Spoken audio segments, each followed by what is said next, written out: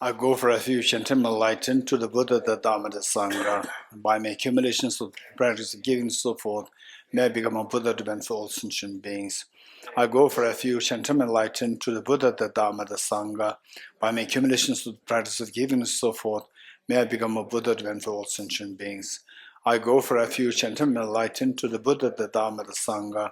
By my accumulations of practice of giving and so forth, may I become a Buddha to benefit all sentient beings. Sanje joda soge chonamla chancho bardu tane kyapsu chi dage jinso penje sanje drobara sho sanje joda soge chonamla chancho bardu tane kyapsu chi dage jinso kebe sonamgi Chola benjire sanje chubara sho sanje chola soge chonamla chancho bardo dane gyapso che dage jinso kebe sonamge chola benjire sanje chubara sho Om ye dharma he tu prabhava Hetum tesham dathagato yavatat tesham chayo nirodha evam vati mahashramanaye swaha Om ye dharma hetu prabhava Hetum tesham dathagato yavatat tesham chayo nirodha evam vati mahashramanaye swaha Om ye dharma hetu prabhava he Gato Hyavatat Tesham Chayo Nirodha Evam Vati Mahashramanaye Swaha. All phenomena arise from causes. The causes are taught by the Tathagata. The cessation causes as well as taught by the great seer. Okay, this morning we're talking about the pervasive conditioned suffering. And what we said is that whatever is to be identified as the pervasive conditioned suffering, we have to know how. So what exactly does this mean by pervasive conditioned suffering? For that, we need to know how is that pervasive, how that is conditioned, and how that is suffering. And for the first part, that whatever to be identified as pervasive conditioned suffering, and that is pervasive in the sense that it pervades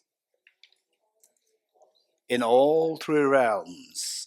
What are three realms? Desire realm, form realm, and formless realm. So the first suffering, which is suffering, exists only in desire realm, not pervasive across the two realms. Suffering change exists in desire realm, first three form realms, and not pervasive because it is absent in the fourth form realm and all the four formless realms. Okay, so therefore these two are not pervasive. Only the third one is pervasive. But you want to know what is the third one. So that will be said a little later. And then what we said is that this is means the pervasive, and then the conditioned and how it is suffering. This will study a little later. So first of all, let me give you the illustrations. What examples do you have? What are the instances or the illustrations of the pervasive conditioned suffering? So let me give you some examples, and then we need to explore how they are the pervasive conditioned suffering. So first, the involuntary birth in samsara. Number one illustration is involuntary birth in samsara. Okay, how many of you came to planet Earth willfully with the thought, I have to come to, I have to take a birth. I have to take a birth so that one day I can go to Tushita and then meet with many people, then inspire them, right? Okay, how many of you took birth? Or no idea, somehow I came. Presents? Okay, this is known as involuntary. It's not voluntarily that we came on the earth. Okay. So this is involuntary birth in samsara, number one. Then number two is the being under the control of contaminated karmas and afflictions. The fact that we are under control of the contaminated karmas and afflictions is example of pervasive conditioned suffering. Being under control of contaminated karmas and afflictions. Good. Then number three would be the contaminated neutral feelings. Contaminated neutral feelings. And you may be wondering, what is that? What is it mean by that? Okay, contaminated neutral feelings. And then I would go to an extent of saying the little complicated, being under the sway of self-grasping ignorance, being under the control of self-grasping ignorance. Okay, these are the few examples of pervasive conditioned suffering. Now, being under the sway of self-grasping ignorance. Okay, let's explore one by one. The first one, involuntary birth. Involuntary birth happens where? In the desire realm, form, formless, where? In all three realms. So therefore, it's pervasive. And it's conditioned. Conditioned meaning that we did not come to samsara voluntarily. It's conditioned by some other forces. Karmas, contaminated karmas, afflictions. We're conditioned to take birth in the samsara by these two forces, contaminated karmas, afflictions. Not that we said that, okay, I'm going to come here. For example, you all came to Tushita. It's more because of your will, because of your choice, you came to Tushita. So, whereas coming to samsara is not because of the will, by some other force, not because of your will, it's some other force. So it's conditioned by other forces, number two.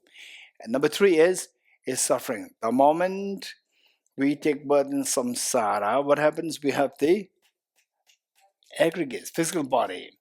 And this physical body, whether you like it or not, you have to spend minimum 99.99% of what you earn, what you get, you spend on this body. You agree? Not agree?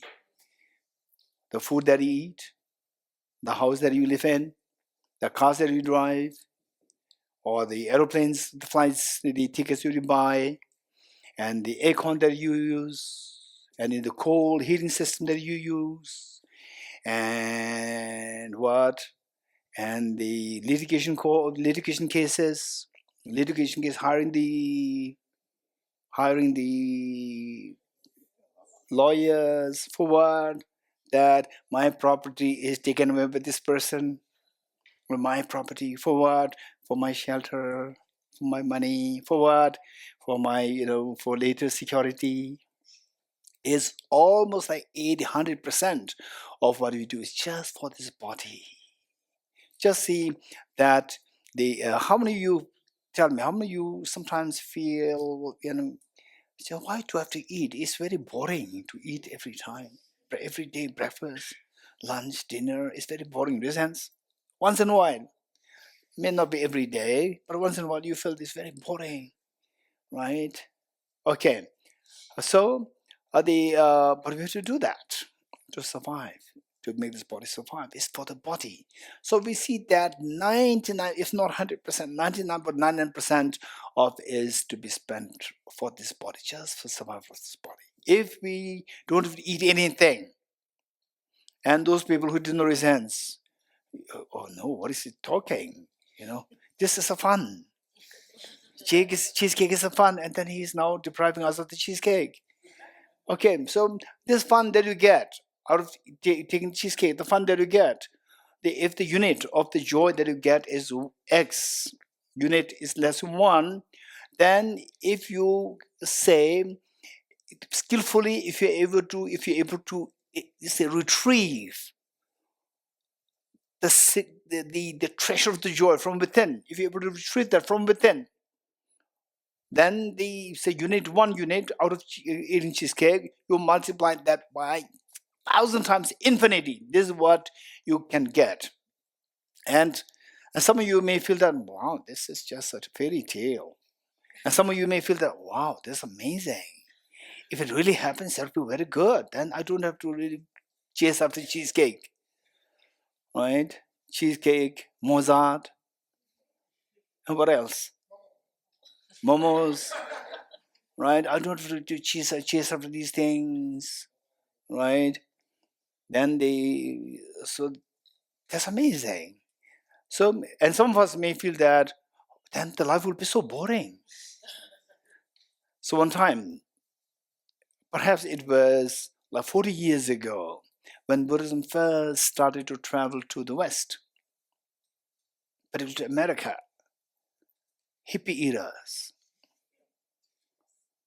Sharon, you don't know what is hippie era. You don't know. You know? Hippie era, you don't know. Young ones, they don't know. Oh, hippie, if somebody knows about hippie eras, you are my generation. Okay, hippie eras meaning, okay, I'm not going to go into this. So it was the hippie eras that Buddhism started to go into the West, particularly to America. Then the one teacher was giving teaching. And the teacher said that, so we all have to become enlightened, become Buddhas. And one lady stood up and said, sir, I don't want to become Buddha. And the teacher said, why? Because in those days, now the young people, they don't have experience. Those days, television started to come in the market. Television started to come in the market. In my school, which is right here, no television. It will come on the market only for the elite people. And if there's one television, hundreds of people will be there watching one television. You're getting it? That too, only black white. And that too with the buzzing sound. Zzz, with the dots, right? Human being with the dots. This is the television. And then everybody's crazy. So this lady said that, sir, I don't want to become Buddha. And the teacher said, why? Why not?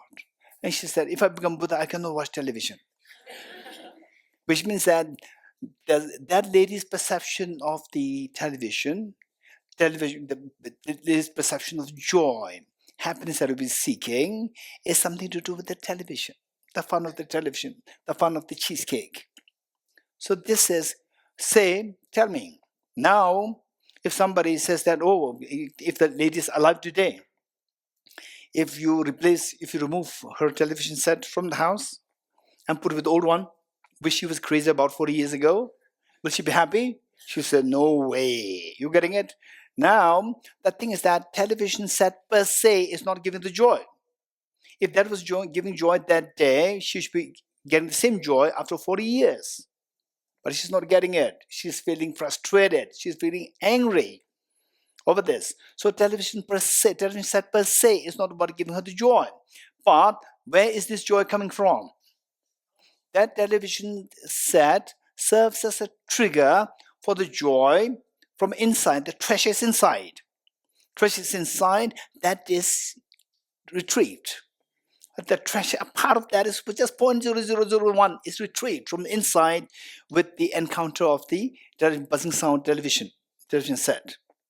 Now, the same television set could not retrieve this joy. Now you need another set of television, plasma, whatever. You require those televisions. You're getting it? Otherwise, that cannot be retrieved. So therefore, the point is that they say that actually what we are seeking is something joy. It's not the television set. It's not the cheesecake. For example, when you're extremely hungry, no food at all, to get a simple bread is delicious. How many have that experience? Raise your hands. When you're hungry when you're on adventure means to get excitement. No excitement. Even the bread you eat becomes so delicious because you are suffering. It's not adventure. It's a suffering adventure. Because you're hungry, you're thirsty. You get a water, it's so delicious, it's a nectar. You eat a piece of bread, dry bread. Usually you'll not say dry bread. Right? But that time is very delicious. My experience, going to the mountain, snow mountain, climbing this when I was like, I think 18 years old with my friends. First time, even ordinary bread, usually we don't want to eat. Ordinary bread, it's so delicious because your body needs it, you are hungry. So it's not the bread per se, it's something triggered from inside. The bread serves as trigger, and what is triggered is something from inside. The joy is coming from inside. The real source of happiness is inside. External things are just the triggers. So, for example, let's say that the remote control. That is not the television, but it triggers the movie on the television. It's a trigger. What is triggered is there. It's not the remote control per se. This is not television set. So likewise, all the external things which we think that this is joy out there, this is unwise people. The wise people will see that these are the triggers. Actual joy that I want is coming from inside. So those people who discover that, for example, how many like momos, raisins? The Singaporeans, for them, every day. They're fed up. Cheesecake? Singaporeans, cheesecake? Not so. So. Okay, so let's say momos. Okay, say if you like momos, I will request Venerable Gumpenla to give momos for you for lunch.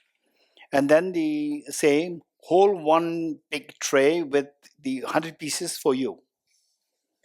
You eat the first piece, delicious? Very delicious. Second one, good. Third one, okay. Fourth one, okay. Fifth one, okay. 10th one, no. 15th one, no. 21, no way. 50th one, are you crazy? Okay. So tell me, which is more delicious? First piece momo or the 50th momo? First one. Let's keep the first one last. Let's keep first the which is delicious one, keep it last, so that when you become, puking, the word puky, this is her word. When you become puky, then eat the first one. You eat the first one to feel When you feel no difference. First momo or the 50th momo, no difference. After 20 pieces, or for some people after 10 pieces, done. You're getting it? So the momo per se, the first momo per se is not the one which is joy. It's a trigger. Because if it is a joy, whenever you have it, you should be happy. But this is not the case. It's just a trigger. What is triggered is the real joy that you are seeking is not the momo per se, it's inside. Those people who can understand this, these are the wise people. These people will evolve. These people will be able to uncover, unravel the hidden treasure inside. These are the wise people. Those people who keep on looking for the happiness, joys outside all the time. These people are unwise, because you will never get it, because the real treasure is inside. It's not outside. Treasure of happiness inside. It's not outside. So one day there was a man who was looking for a lost key under the street light. There was a man looking for a lost key under the street light. And some of the passers-by, they empathized with him. Sir, what are you doing? I lost a key, and I'm looking for this. And some passers-by, they were also helping the person. And the passers-by, they could not find the key at all. So they said, sir, are you sure you lost the key here? And the person said, no, I lost it. I did not lose the key here. Where did you lose it? I lost it in my house. Why you are not looking at the house? Why are you looking at the street light? He said, in the house there's no light. It's not about whether there's light or no light, but you have to look for the key where you lose it, where it can be findable. If it's not lost under the street light, no matter how bright the light is, you will not find it there. So no matter how much effort do you pretend to accumulate trillions, not trillions, today is billions of dollars, you will not get the happiness. No matter how much power you have, you are not happy. For example, like Hitler. Hitler finally has to kill himself. So much of power, almost like conquering the world. Alexander the Great. He died at the age of, in 30s, he died because of some malaria. Because he was conquering. On the way, he got malaria. He died. So, thinking that power will give you the utmost happiness, wealth will give you the ultimate happiness. And this is illusion. These are the triggers. What is actually triggered is inside. The real joy that we're seeking is inside. It's not outside. So, how many of you, once in a while, how many of you have felt a genuinely profound peace and happiness? Reason, once in a while, reasons. Okay. So, what is the joy? Anyone who likes to share with us what that moment is like? Anyone? Okay, that beautiful moment, really wish they say, even the thought of that, even the memory of that makes you run into it's like tears. Again, a very beautiful moment is coming in your mind. Okay, this girl. By the way, your name? Prasannata. And I'll not give up. Yes, Prasannata. Yeah.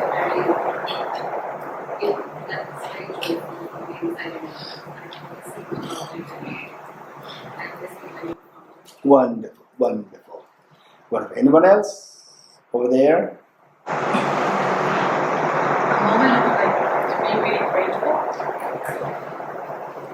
Nothing special, just some synchronization between my body and my mind to be grateful for each other. Wonderful. Yes, it does happen to some people that, yes, in fact, okay, there are things which I should not be saying.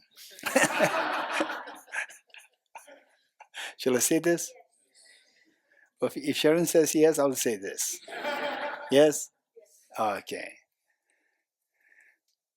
As what Shelley said, that once, early morning, I was doing the daily chores, like the offering water balls to the Buddhas, Bodhisattvas, offering incense. Suddenly, for no reason, I don't know, that when offering incense, there was a tremendous sense of the, what's the word you use? Gratitude, gratefulness.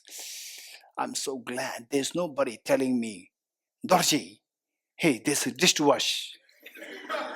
Right? Well, you're spending so much time in offering incense. Nobody's there. What a freedom. I should not be saying this. But I said because she asked me to say this. Otherwise, I should not be saying this. Privately, I can say this. In public, I should not be saying this. But I said it because she said it.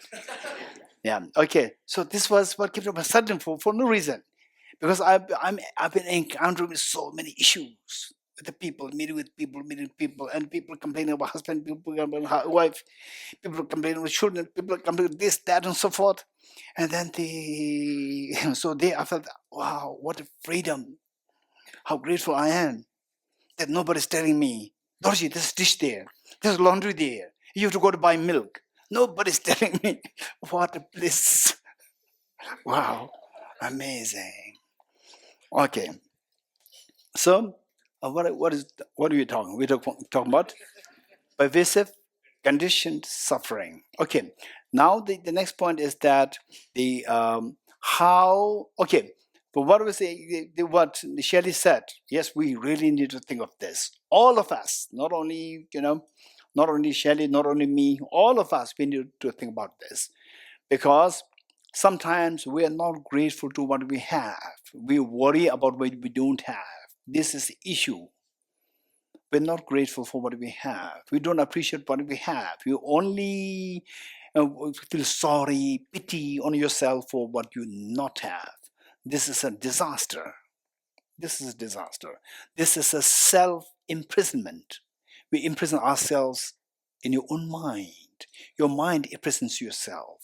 So let me share this anecdote. This is very important for us to remember, and then be grateful to whatever you have. The fact that you have, for example, like hands intact, for the fact that you have eyes intact, the fact that you can walk freely, the fact that they say you're sick, there's hospital there. The fact that you want to come from Singapore, you come from America, from wherever, or from Israel, there's aeroplane to take you there. The fact that there is somebody here to say that, okay, you want to register for which course, there's somebody there, right? We should be feeling so grateful, so grateful. Because if you can really feel the value of each of these things, for example, somebody touches you like this, you are sad, and somebody touches, okay, right? Even this is so beautiful. So we should learn how to appreciate what you have. So then, when sense of appreciation comes to you, okay, just tell me, when the appreciation of feeling is pleasant, unpleasant, appreciation, pleasant, unpleasant, pleasant feeling, you're getting it? So this pleasant feeling, keep appreciating. The pleasant feeling builds up. Pleasant feeling builds up from 1 to 2 to 4 to 8 to 10 to 100,000, then it expands. When the pleasant feeling builds up, it becomes very steady. It will free you from your depression. It will free you from stress. With the pleasant feeling, what happens? Happy hormones will be released. Dopamine, oxytocin, endorphin, all these happy hormones will be released, and then very stably it will release that your immunity will be boosted. But the strong immunity you can fight with the disease very easily, and your healing, whatever the illness that you have, healings will take place so fast. Amazing benefit. So meanwhile, your mind will be very calm. With a calm mind, you study the Dharma, is going to be very effective. So I'd just like to share this anecdote with you. Very important to be grateful to what you have, not to feel sorry over what you don't have. You getting it? Okay. There was a couple, the father and the mother and 4 children. And unfortunately, they're all very naughty boys. Yes, of course, even the young boys, very active. And the boys, they were making things so noisy. And the father was craving for peace, and he was almost going crazy. So he's not getting any peace. Right from the morning, he gets up, no peace of mind.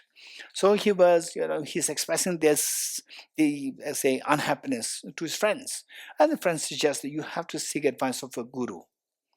And this person, the father, he was looking for a good friend. He came to know that there was one in the mountains. So he went to the mountain and made prostrations and sir, please help me. And what help do you need? The guru said. And the guru, he said that, hey, I have no peace. What happens? Oh, in my house, these 4 children, they're making things so chaotic. So what should I do? Please give me peace. And the guru said, are you sure you want to do whatever I will tell you to do so that you get peace? He said, yes, sir, whatever. And the guru said, buy a goat and keep that as your pet. Buy a goat and keep that. And this man thought there must be some miracle. Then he bought a goat with great excitement. He bought a goat, and then he was petting the goat and feed the goat. And the children, they were even more excited. They started to beat the goat and beat the goat. Bless. And then he was going into hell realm now. The father, no peace. So earlier, so the minus 10 piece, now it's minus 100 piece.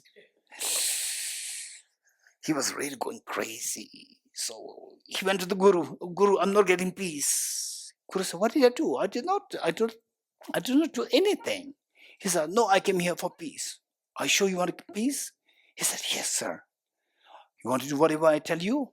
He said, yes, sir, I'll do. Now buy chicken. Chicken, keep that as your pet. Oh, this may be a miracle. This may be some, the magic. So he bought a chicken. Now the chicken flies here and there, throws droppings everywhere, and the goat blasts, and the children are shouting, chasing the chicken, chasing the goat. He was really into hell now. Now this time he went to the guru. not to seek advice, to fight with the Guru. He went to fight with the Guru and said that you put me into the hell. And the Guru said, no, what did I do? I didn't do anything. I'm just sitting here in the mountain and you are in your house. I didn't come down to create problem on you. So what did I do? No, I'm now in the hell. You put me into hell. So what should I do? I want peace. Okay, you really want a peace? He said, yes. Then you do one thing. You remove the chicken.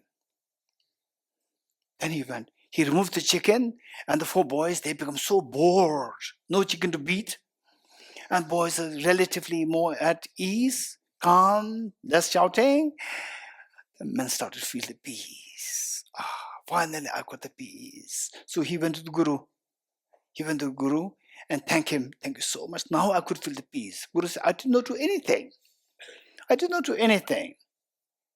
Okay, now you do one thing. Remove the goat. He removed the goat. Things remain so beautifully clean. The boys are so quiet. This is real heaven now. This is heaven. He went to the Guru, thanked the Guru so much. And the Guru said, I did not do anything. What did I do? Now I can feel the heaven. It's a heaven now. And the Guru said that I did not do that. Heaven that you are feeling today existed the day when you came with a complaint. It was there. I did not do anything. You did not see that. You did not appreciate this heaven the day when you came. Now you appreciate it because you have seen the hell. Because you have seen the hell, you now appreciate the heaven. I did not do anything. There's no magic there. So this is how we need to learn how to be grateful. How to be grateful that, for example, you have a shelter under which to stay. You're very, very fortunate. So you have something to eat, you have something to study. Anywhere you go, these facilities are totally missing. For example, like today, there's a fan here, there's a light here. 2,000 years ago, 3,000 years ago, 4,000 years ago, even the kings and queens, they do not have these lights. Even the kings and queens, they did not have these fans. They don't have these fans. So this pen, how much do you think this pen is? It's just like maybe 10 rupees. Even the kings and queens, they did not have the privilege to use this pen.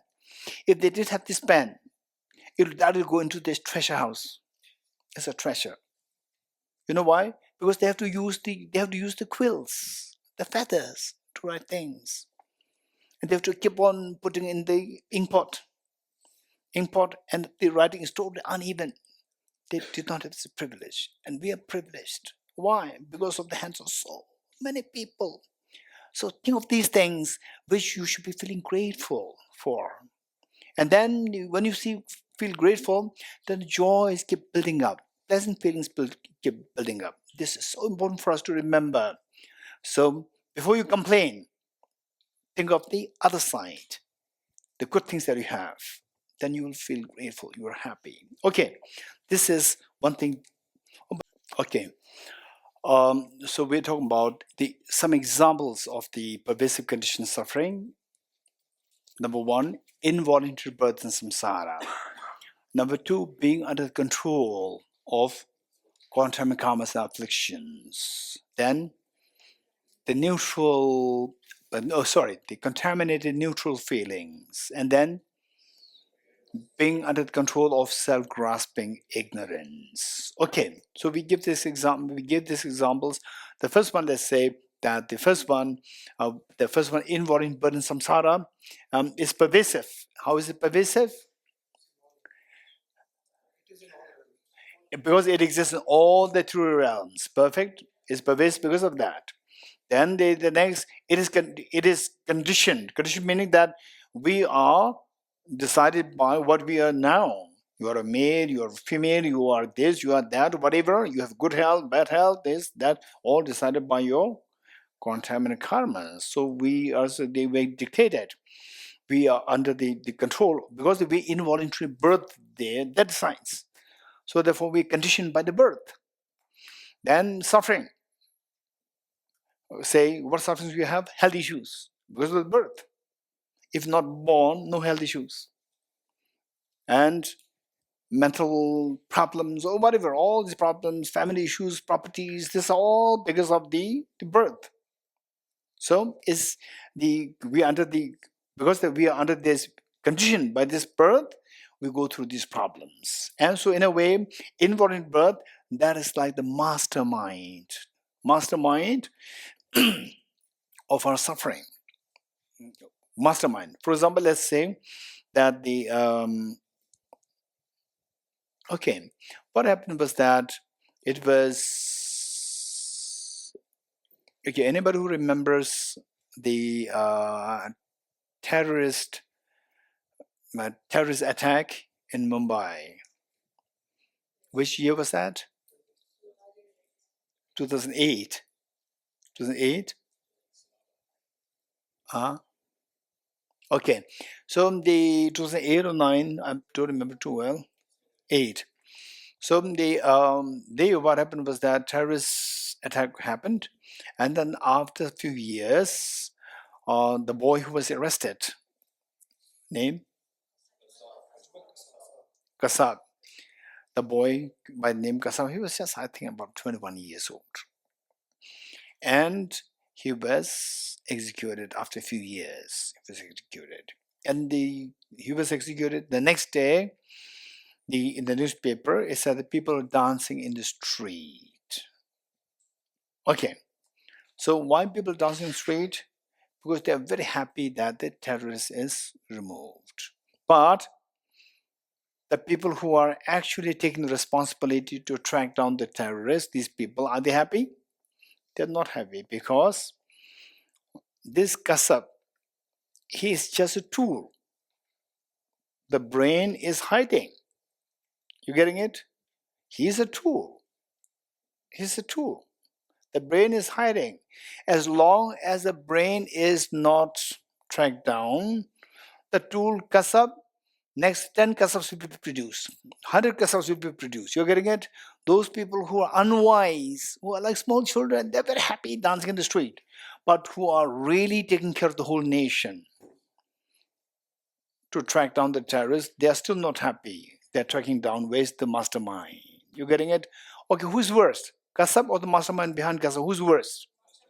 Mastermind is the worst. You're getting it? For us, we say that, oh, I have this illness, I have this problem, this problem, I'm fed up with this problem. I want to leave everything and go elsewhere where nobody knows me. Remember? Anybody who goes through this sometimes? Once in a while, I want to leave everything, presents. Shubham, hey, young boy. If this is what you're talking now, there's so many more things waiting for you. Oh. Okay, so say mastermind is the worst. So of the three kinds of suffering change, pervasive condition suffering. Pervasive condition suffering is the mastermind of the first two. You getting it? It's the mastermind of the first two. This is the worst of the suffering. Involuntary birth. Because of this, all our problems samsara happens. Involuntary birth. That creates all the problems in samsara. Then being under the control of contaminant karmas afflictions. Involuntary birth because of the contaminant karmas afflictions. With these two things, again, all the problems happen. And being under control of contaminant karmas afflictions, where? Desire realm, formless. All three realms across, pervasive. Then what? Contaminated neutral feelings. Okay, this got a little technical. How many want to know this? Or how do you go? Okay, now don't bring too many technicalities, right? Please give a little rest. Or you want to learn, makes sense? Okay, neutral feelings. Neutral feelings. What's the problem? Okay, let's say that in the first place, what is contaminated?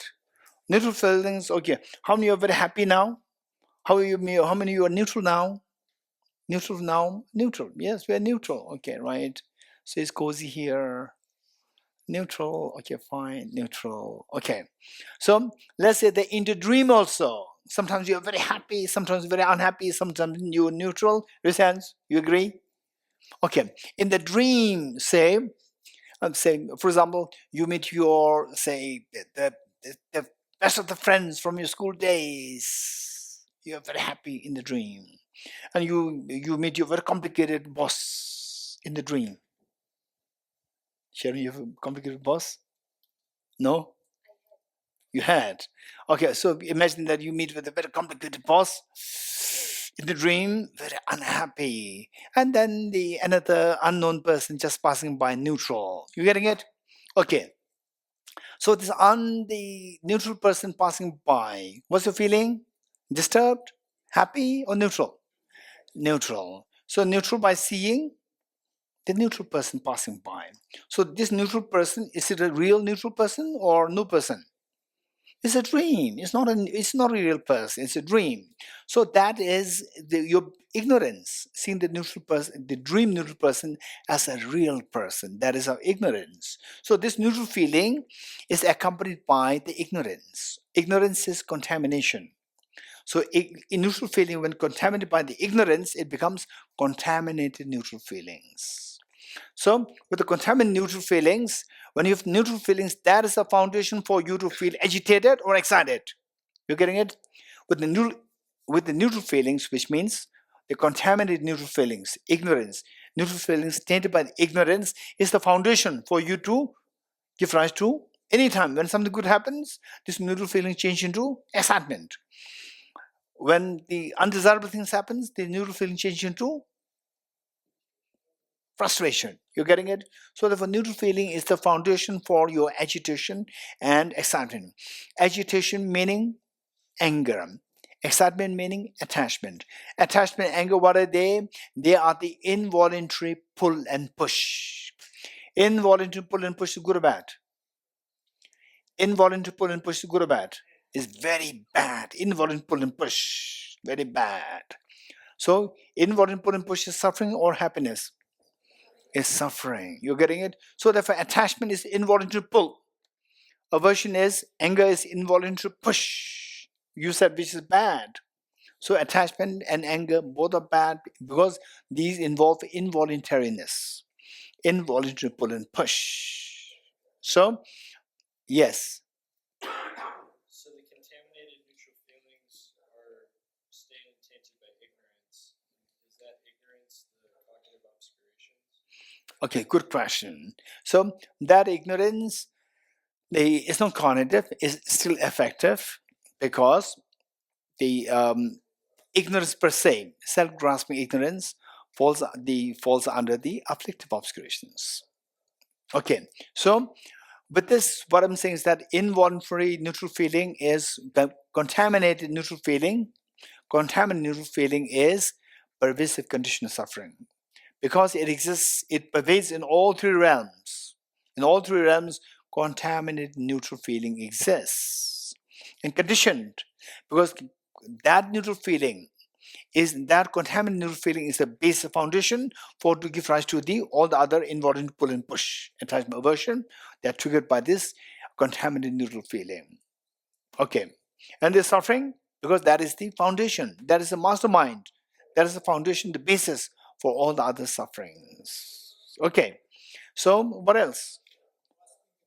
Self-grasping ignorance is self. Okay, now let me. This is very important. Self-grasping ignorance itself is the pervasive condition suffering because wherever you take birth in three realms, you cannot escape the self-grasping ignorance. Okay, let me tell you how. So you remember the Buddha's two teachers? Who are they? Acharya Alara Kalam and Acharya Udrega. These two teachers say, now that you already introduced to the three realms.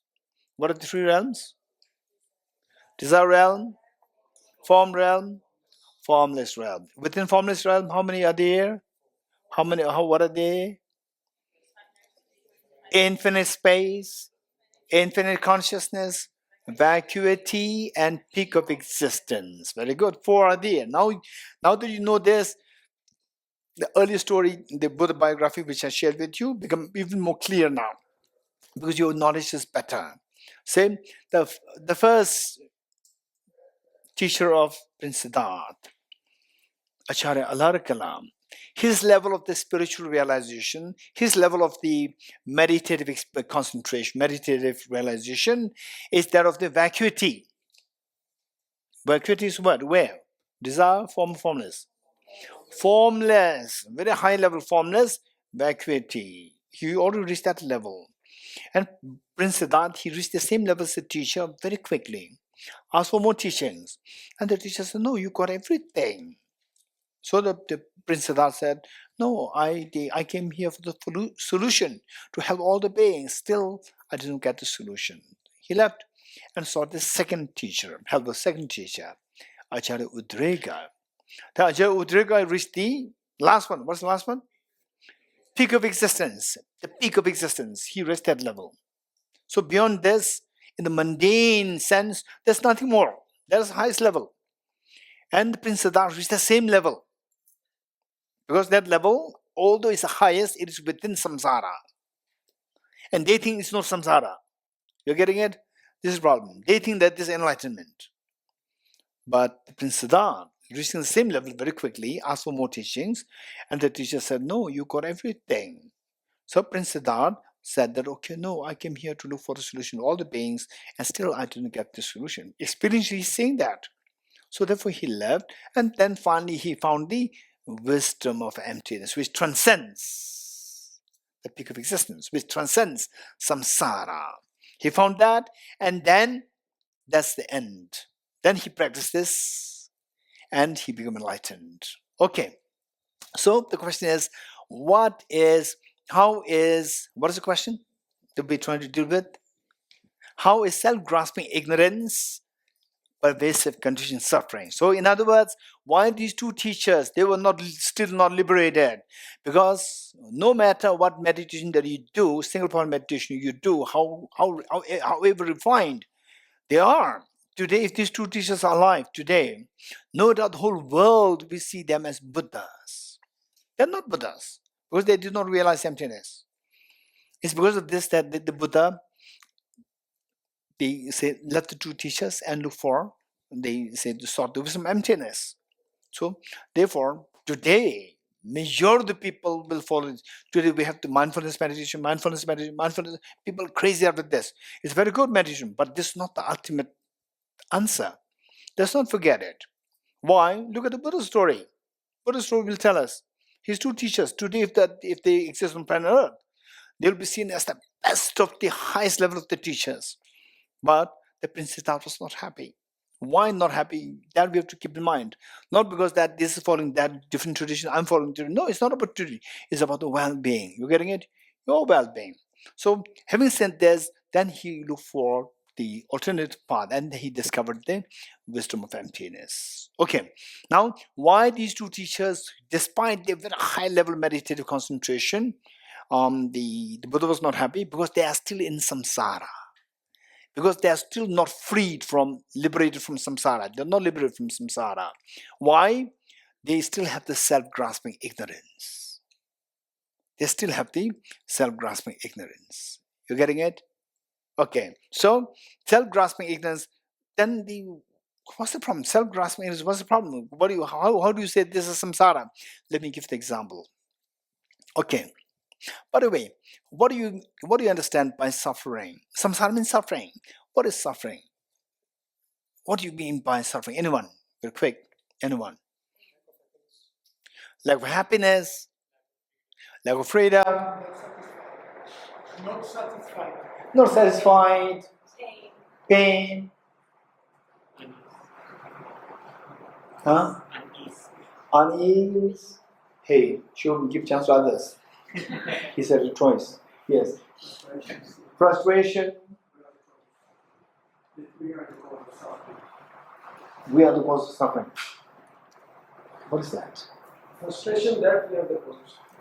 Oh, okay. Frustration that I'm the cause of suffering. Okay, that is suffering. Suffering. Okay. Believing our thoughts, our emotions, Believing in our thoughts, emotions, so forth. What's the problem? Huh? believing in the unreliable, believing in the, okay, believing in, okay, self is very important. Okay, let's not forget it. Believe in the self. You getting it? Belief in the self is not bad. Believing in the permanence of the self. Wow. Now Sharon is moving into the philosopher, become a philosopher. Amazing. Within 2 days, she's become philosopher. Okay. So say, be kind to yourself. Having belief in the self, confidence in the self, this is so precious. Meanwhile, believing in the distorted idea of the self, that's a problem. Believing in the distorted misconception of the self is a problem. Believing the self is not a problem. You getting it? Okay. So the suffering, we talked about all these things. So now let us see that I will just share you some incidents, and then you tell me, and then you see if you get some idea as to what is suffering. We all know what is suffering, but we don't know how to articulate it. Does it make sense? We all know what is suffering, but we don't know exactly how to articulate it. Okay, so now let me share with you some. I'm not going to tell you what it is. I'm going to share with you some ideas, and then you tell me. I ask you some questions, and then you give me answers. From there, you make an answer. Okay, so let's say that you are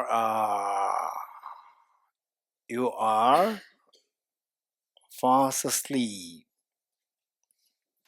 and you start dreaming, and you dream of attending class, and then you dream of Venerkumpenla asking that, okay, how many of you like to have an audience with His Holiness the Dalai Lama? Now we are in Dharamshala. We can request His Holiness office for audience for all these participants, right? Okay, I should not have said it. Now you will make a request, I know. Okay. So and then everybody says, you raise hands, those like the audience with His Holiness. Right, okay. So then you say then Venerable said, okay, so now the day comes in the dream. Day comes, and Venerable takes us all to His Holiness's residence. And then and His Holiness tells Venerable why not we all have tea together with me? You happy, not happy? Very happy, right? But in dream. Right? And then you have to be together. Wow, what amazing. It's really worthwhile having come to Dharamshala, Tushita. I'm so lucky. Thank you so much for organizing this. This is a dream come true. And then we all are coming up. And on the way, a monkey was waiting for you. Right? Monkey was waiting for you, and the monkey attacked you, right? Monkey attacked you, and all the hundreds of monkeys, they are coming to attack you. And you thought that I'm dead now, right? I'm dead now. When you said I'm dead, you're not in Dharamshala. You're in your own country. Your mother wakes you up. And you say, I'm not dead. Okay, I give you 3 scenarios. 1, having audience with His Holiness, so pleasant. Dream. Second part of the dream, a monkey, hundreds of monkeys attacking you, coming at you, and you think that I'm dead now. Number 2, you're just, what do you call it? What's the word? Petrified, paranoid by this attack of the hundreds of monkeys. Third, your mother wakes you up. Okay, if I give you the choice, one of these 3, which would you choose? 1, 2, 3. Third one. Number one, raise hands. Number 1. Okay, number 3, raise hands. Number 3. Okay, good. Now my question to you is that the first 2 dreams, they are dreams. First 2, one is very pleasant dream, one is very unpleasant dream. First 2, there are many things in common. There are many things common. You tell me what are the commonalities between these 2 dreams. Raise your hands. Scott. They're not real.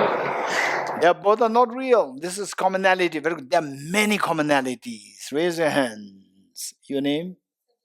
Savita. Okay, these two dreams, they are, I'm asking, okay, both extremes. They are both common in being extremes. Very good. Anyone else? Raise your hands. Anyone else? There are many common, okay, Phil. Huh? In both. It's very confused. No, I'm not confused. I'm having the blessing of His Holiness, having tea with His Holiness. If I'm dreaming and I'm thinking it's reality itself. Okay, in that sense. Very good. Okay, the boy here. Boy here. Your name? Sunzo.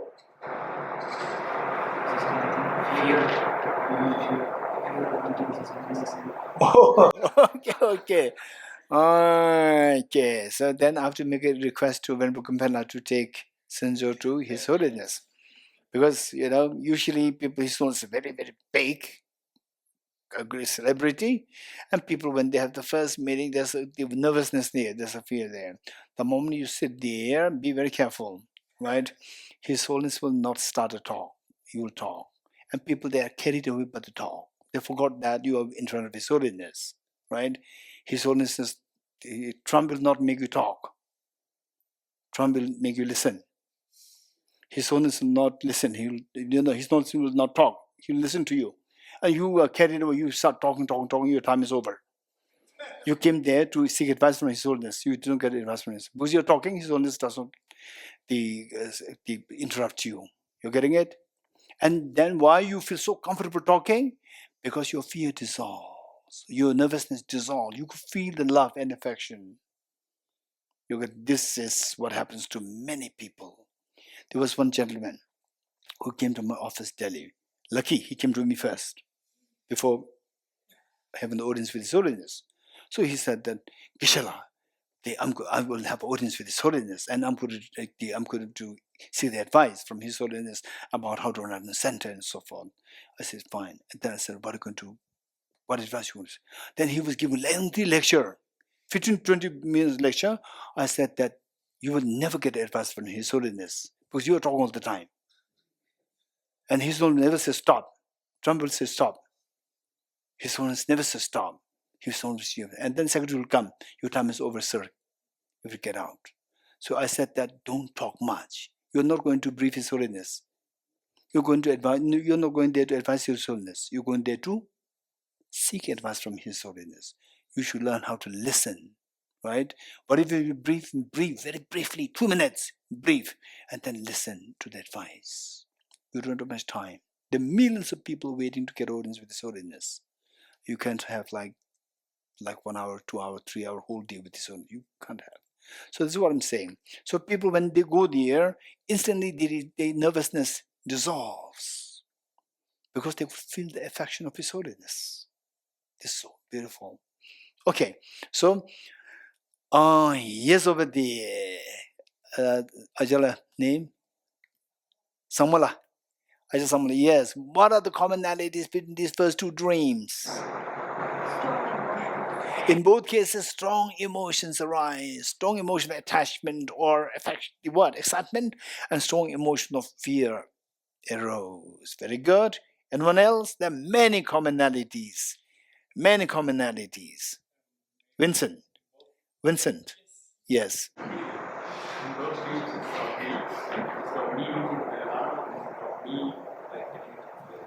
Okay, in both cases, there's a me meeting with His Holiness, me going to die. The girl here. Your name? Liba. Say it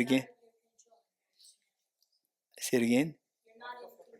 You are not in control of the two dreams. Very good. Let's not forget it. Liba, let's listen to what Liba has to say. In both cases, we don't have the control. Okay, over there, your name? Near. It's the first time you experience this. The first time you're going to Dalai Lama. First time you see. Okay. In both cases, is the new experience. New experience with honest, new experience with the The monkeys, okay, 100 monkeys, not just one monkey, 100 monkeys. They've been, in both cases, a new experience. Very good. Anyone else? Over there, your name? Koshilia. Yes.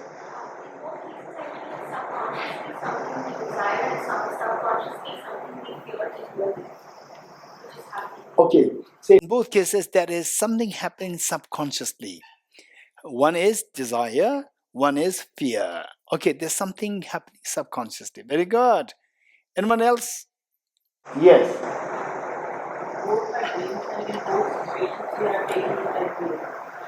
Both are dreams, and yet we, in both cases, we take them as real. Very good. Same. Okay. Yes. Both are external factors, it's something within you. Okay, in both cases, you see as external factors coming towards you. Very good. Okay, how many you... Okay, let's say over there. Both are dreams, so they will end at some point. What's your name? Oh, very lucky. Okay. So Siddhartha saying that both are dreams and both will end. Will come to an end eventually. Very good. Okay. Now let me. I'll not share any thoughts with you. Let me ask you some questions. Okay. How many of you love to have the first dream tonight? How many of you like to have this first dream tonight? Raise hands. Very good. My next question. How many of you will have this dream tonight, the first dream tonight? How many of you will have this dream tonight? Yes. How many of you will have this dream tonight? Raise hands. No, we cannot choose to do it. No, this is not my question. How many of you will have the dream tonight? Raise hands. No. Okay.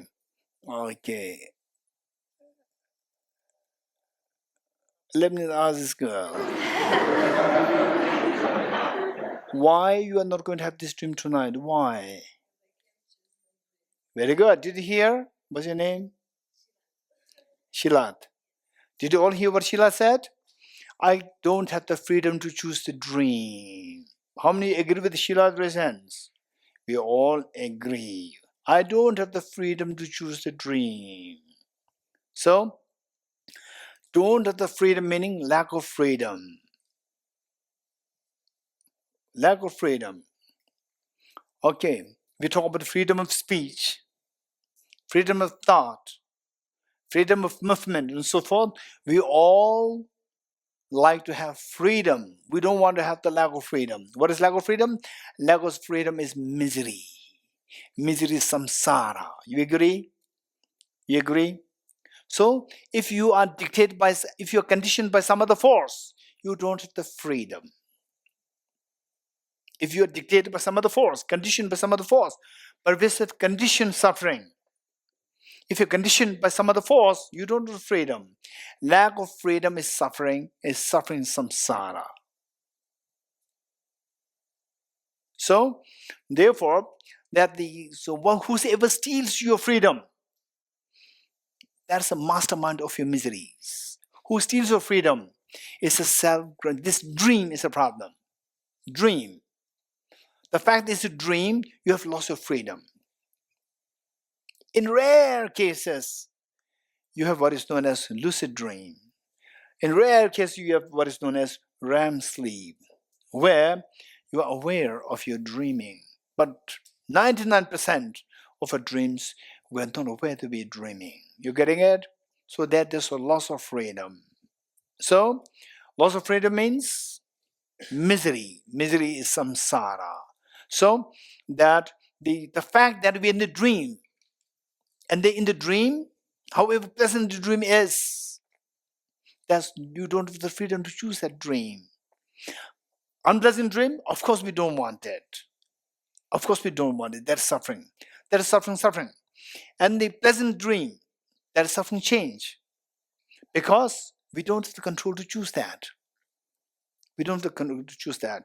And the dream per se, the dream creating this illusion, That is a pervasive condition suffering. That's a mastermind. The sleep, which creates this dream, that's the mastermind of the loss of freedom in the dream. You getting it? So from there, at the moment we are in a form of a dream. Dream, there are two kinds of dream.